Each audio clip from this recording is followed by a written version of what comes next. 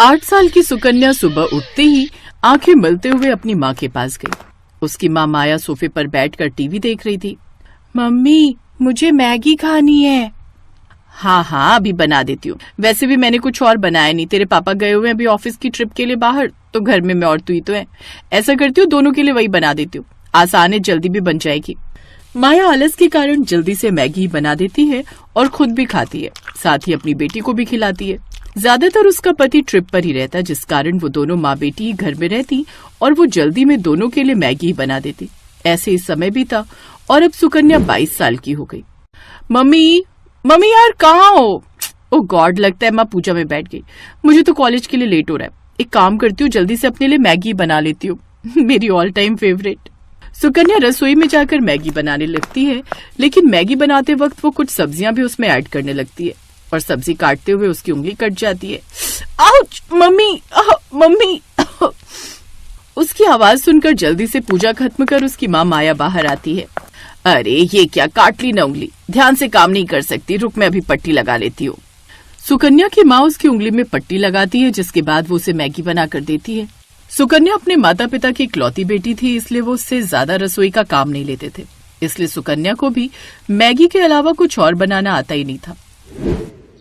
तू भी ना यार अंकित, पता नहीं कब तक यूं ही मेरे साथ तफरी मारता फिरेगा। ओ मैडम, तेरे लिए सीरियस हूँ मैं, समझा? ऐसा मत बोल। तो फिर क्यों नहीं आता मेरे घर मेरा हाथ मांगने?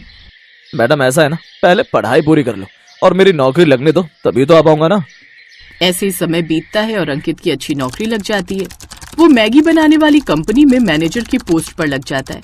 फिर वो अपने घर पर अंकिता के बारे में बात करता है और दोनों के परिवार वाले आपस में मिलते हैं। देखिए बहन जी, ये मेरी इकलौती बेटी है, बड़े ही प्यार से पाला है मैंने इसे, तो इसका अच्छे से ध्यान रखिएगा। आप चिंता मत कीजिए बहन जी, हम बहू नहीं बेटी ले जा रहे हैं। कुछ महीने बाद उन दोनों की शादी हो जाती है।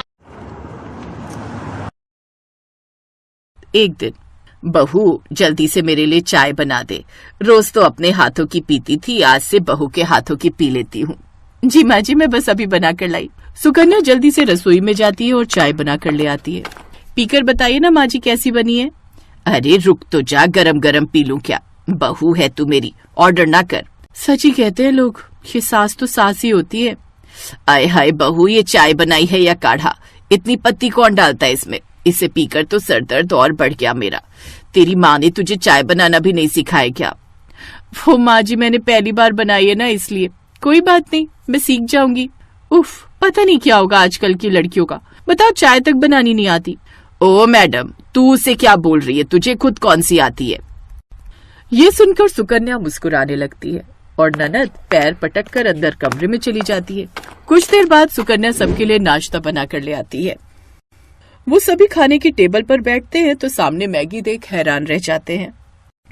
बहू ये क्या है? सॉरी माँ जी, वो मुझे खाना। वही तो पूछ रही हूँ, तुझे कैसे पता चला कि हम सबको खाने में मैगी पसंद है? जानती है कोई दिन ऐसा नहीं होता जिस दिन हम मैगी ना खाएं, लेकिन मुझे सब्जियों वाली मैगी पसंद है और मुझे स्पाइसी वाली। और सुकन्या मुझे अनियन वाली। तुम जानती हो ना, मैंने तो मैगी की कंपनी इसीलिए ज्वाइन की है क्योंकि इसकी वजह से मुझे अच्छी खासी मैगी घर लाने को मिल जाती है। मैं तो रोज वहाँ से 50 पैकेट मैगी अपनी गाड़ी में छुपा कर ले आता हूँ। हाँ अंकित, मैगी से इतना प्यार की उसके लिए चोरी भी, वेरी बैड। खैर, मुझे लगा था मैं ही मैगी की दीवानी हूँ, लेकिन तुम सब भी मैगी के कोई कम दीवाने नहीं हो। अगर मैगी वालों का बस चले ना तो हम सबको अपनी मैगी का फैमिली एम्बेसडर बना ले। सुकन्या खुश हो जाती है। अब वो सुबह शाम सबके लिए मैगी बनाती है। आज मैंने सबके लिए मसाला और जीरा मैगी बनाई है और भाभी कल पनीर मैगी।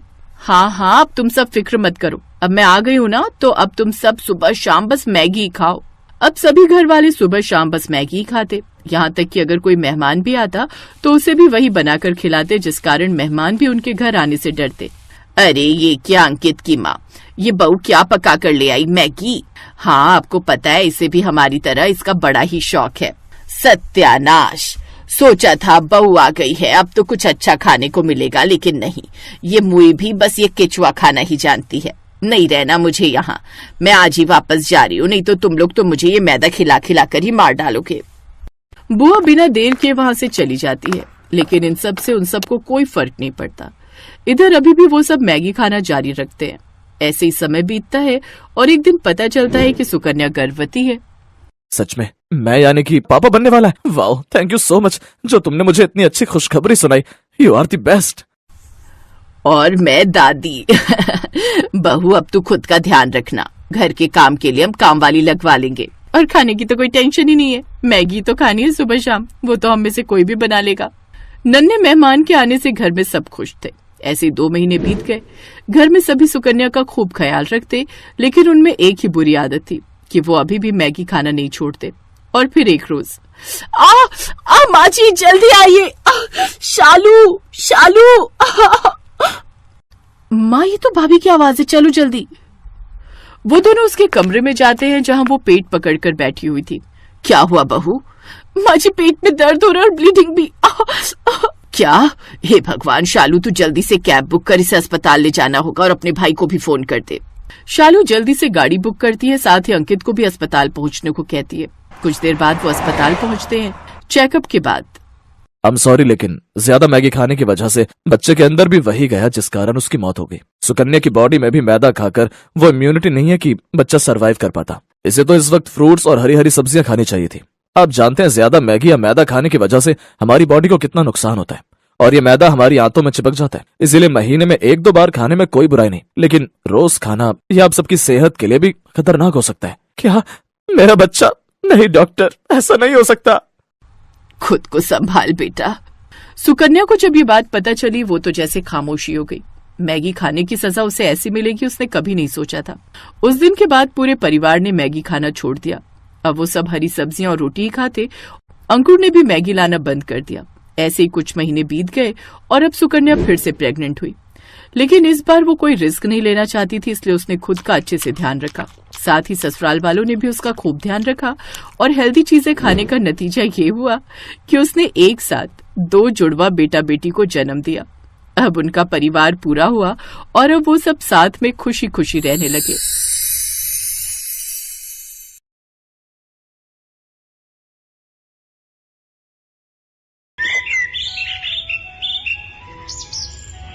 शीतल को मैगी खाने का बहुत शौक था। कई बार उसकी मम्मी इस बारे में उसे टोक चुकी थी।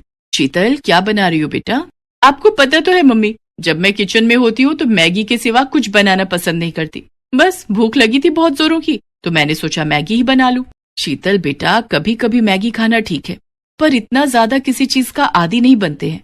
तुम्हें और भी तरह के खाने बनाने आने चाहिए बेटा। कुछ दिनों में ससुराल जाओगी तो क्या वहाँ अपनी सास को मैगी बनाकर खिलाओगी? तो और क्या मम्मी, मैं तो अपनी सास को भी मैगी खाना सिखा दूंगी।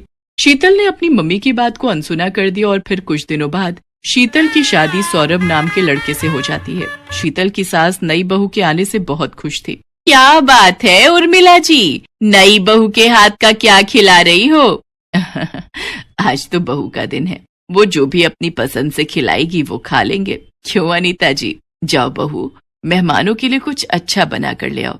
ठीक कह रही हो उर्मिला जी। रश्मि भाभी जी, आज तो बहू की पसंद का ही खाएंगे।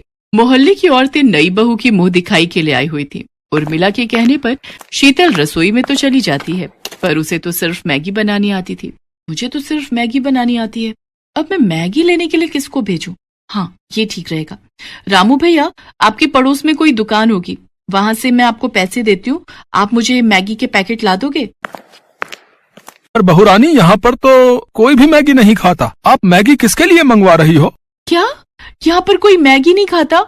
ऐसा कैसे हो सकता है? अब सबको मैगी खानी पड़ेगी क्योंकि मुझे मैगी बहुत पसंद है। आप बस मुझे मैगी के पैकेट ला दो, बाकी सब मुझ पर छोड़ दो। रामू शीतल के कहने पर पड़ोस की दुकान से मैगी के पैकेट ले आता है। मोहल्ले की औरतें खाने के सामान का इंतजार कर रही थी। शीतल मैगी बनाकर सबके लिए लाती है। ये लीजिए माँ जी, मैंने आप सबके लिए गर्मा गर्म मैगी बनाई है। मैगी? ये तो बच्चों के खाने की चीज है बहू, हमसे ना खाई जाती है मैगी शैगी। शीतल पड़ोसन की बात सुनकर उदास हो जाती है। उसका मुरझाया चेहरा देख उर्मिला उसका साथ देती है और वो सबसे कहती है, अरे मैगी, ये तो मुझे बहुत पसंद है, कब से मैंने मैगी नहीं खाई थी। अरे तुम सब एक बार खाकर तो देखो, ये बहुत स्वादिष्ट बनती है, मैंने कई बार खाई है। खा लेते हैं, अब आए हैं तो बिना खाए जाएंगे तो बहू को अच्छा ना लगेगा। कैसी लगी मेरे हाथ की मैगी आंटी जी? पड़ोसन धीरे से मुस्कुरा देती है, क्योंकि उन्हें ये सब खाने की आदत नहीं थी। कुछ देर बाद सब मेहमान चले जाते हैं। उस दिन की बात खत्म हो जाती है। पर अब तो अक्सर ही शीतल मैगी बनाने लगी। धीरे धीरे मैगी खाने की आदत उसकी सास को भी लग। अरे शीतल बहू, वो तू जो मैगी बनाती है जरा सी बना ले, बड़ी स्वाद लगती है। पता नहीं तूने कैसी आदत डाल दी है, मन करता है रोजाना ही मैगी बनाकर खाओ। झट से तैयार हो जाती है, समय भी बच जाता है और पेट भी भर जाता है। तभी तो माँ जी मुझे मैगी बहुत पसंद है। अच्छा हुआ आप भी मेरी तरह मैगी खाने के आदी हो गए। आप बैठो, मैं आपके और अपने लिए जल्दी से चटपटी मैगी बनाकर लाती हूँ, फिर साथ में चाय पियेंगे। भैया 10 पैकेट मैगी के देना। क्या बात है रामू भैया, आजकल बड़े मैगी के पैकेट खरीद रहे हो? दोनों मेहमान ज्यादा आने लगे हैं क्या? अरे नहीं भीमा भैया, शीतल बहुरानी और माँ जी दोनों ही मैगी बड़े शौक से खावत हैं। चलो अच्छा है, हमार बिक्री भी ज्यादा हो जात है, हमार तो ग्राहक बने रहे, हमें और क्या चाहिए।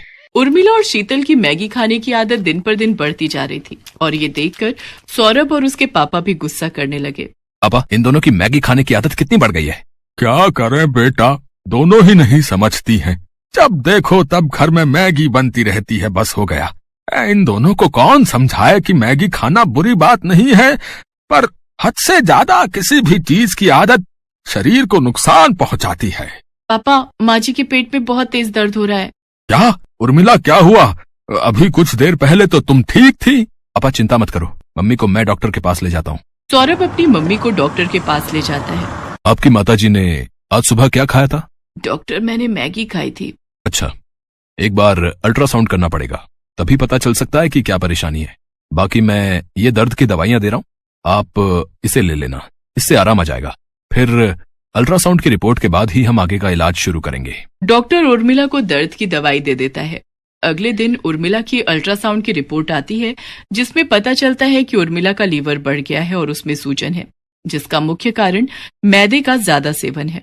अब कुछ टाइम तक इनको मैदे से बनी कोई भी चीज नहीं खानी है, यहाँ तक कि ज्यादा तेल, मिर्च, मसाले सब कुछ अवॉइड करना है। उर्मिला की तबीयत खराब देख शीतल को बहुत दुख होता है। आज मेरी वजह से माँ जी की यह हालत है। मैंने ही उन्हें मैगी खाने की आदत डाली। हमने 1 या 2 बार नहीं बल्कि रोजाना ही मैगी खाई, जिस कारण आज माँ जी की तबीयत खराब हो गई। मुझे माफ कर दो माँ जी, आज मेरे कारण आपकी तबीयत खराब हो गई। ना मेरी बच्ची, रो नहीं, देख मैंने दवाई ली है, मैं अब ठीक हूँ। कुछ दिन आराम करूंगी, फिर मैं ठीक हो जाऊंगी। ये डॉक्टर तो ऐसे ही डराते रहते हैं, मुझे कुछ नहीं हुआ है। माँ, अब तुम आराम करो और समय पर दवाई देनी है, इस बात का ध्यान रहे शीतल। अब चिंता मत करो, मैं माँ जी का पूरा ख्याल रखूंगी। शीतल उर्मिला का बहुत ध्यान रखती है। कुछ दिनों में उर्मिला बिल्कुल ठीक हो जाती है। शीतल बहू, मैगी खाने का बहुत दिल कर रहा था, कई दिनों से उबला हुआ खाना खा रही थी, कुछ चटपटा खाने का मन है। माँ जी, मैगी तो मैं बना लूंगी, पर हम दोनों आज एक दूसरे से ये वादा करते हैं कि हम दोनों महीने में सिर्फ 2 बार ही मैगी खाएंगे, इससे ज्यादा नहीं, क्योंकि हमारी प्यारी मैगी के बिना हम दोनों नहीं रह सकते। ये दोनों सास बहू भी ना भाई मैगी लवर हैं। इसी बात पर सब ठहाका लगाकर हंस देते हैं।